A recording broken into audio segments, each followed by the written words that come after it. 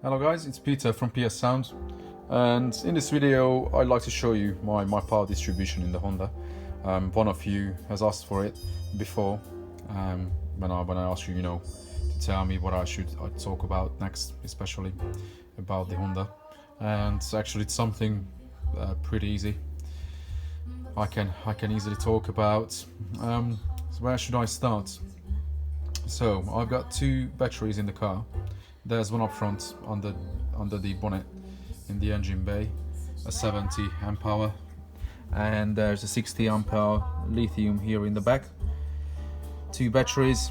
The power from the front comes underneath the car because there was absolutely no space in the engine bay to put it through the bulkhead, so it runs underneath the car. I'll try to show you quickly where it comes in. So here we are.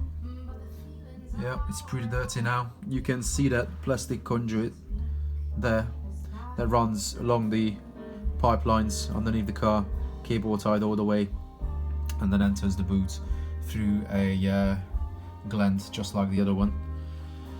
And then the other gland, where you can see two cables coming out, that's for my external charger.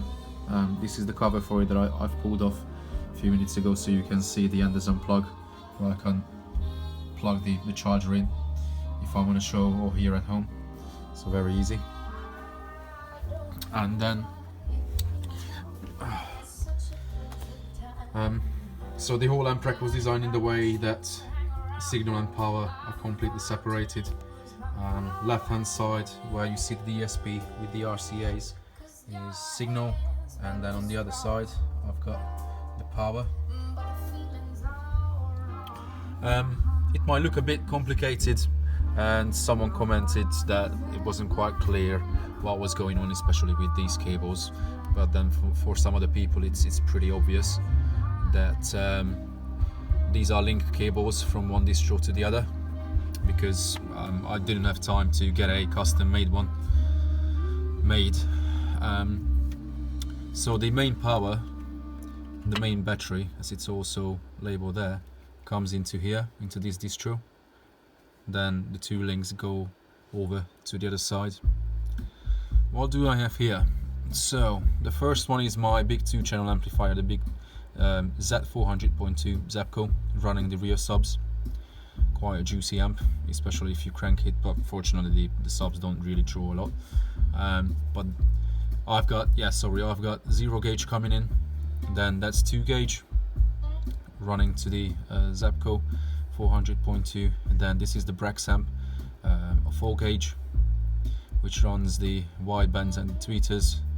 Then that's another 2 gauge for the 4-channel Zapco here that runs the dash mid bass and the 8s in the doors.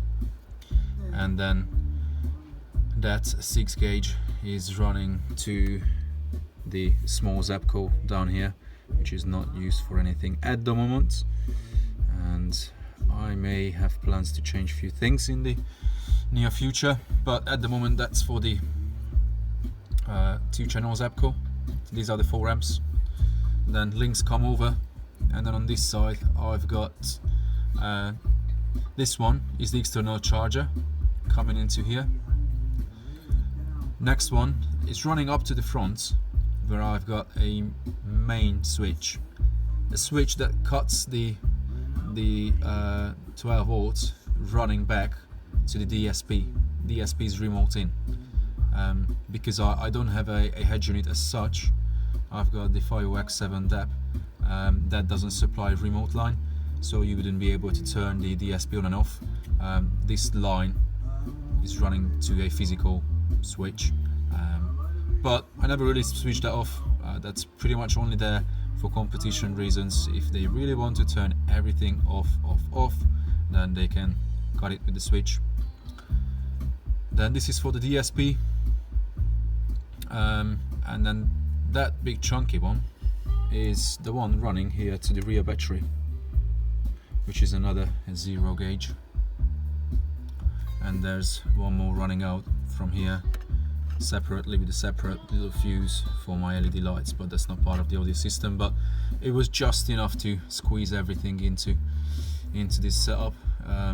Yeah, if I had anything more, then yeah, I would probably have to really get a custom one made. The negative of distro, if I can get in there, try to show it. It's down there. As you see, all the cables are labeled, as well as the cover of the distribution.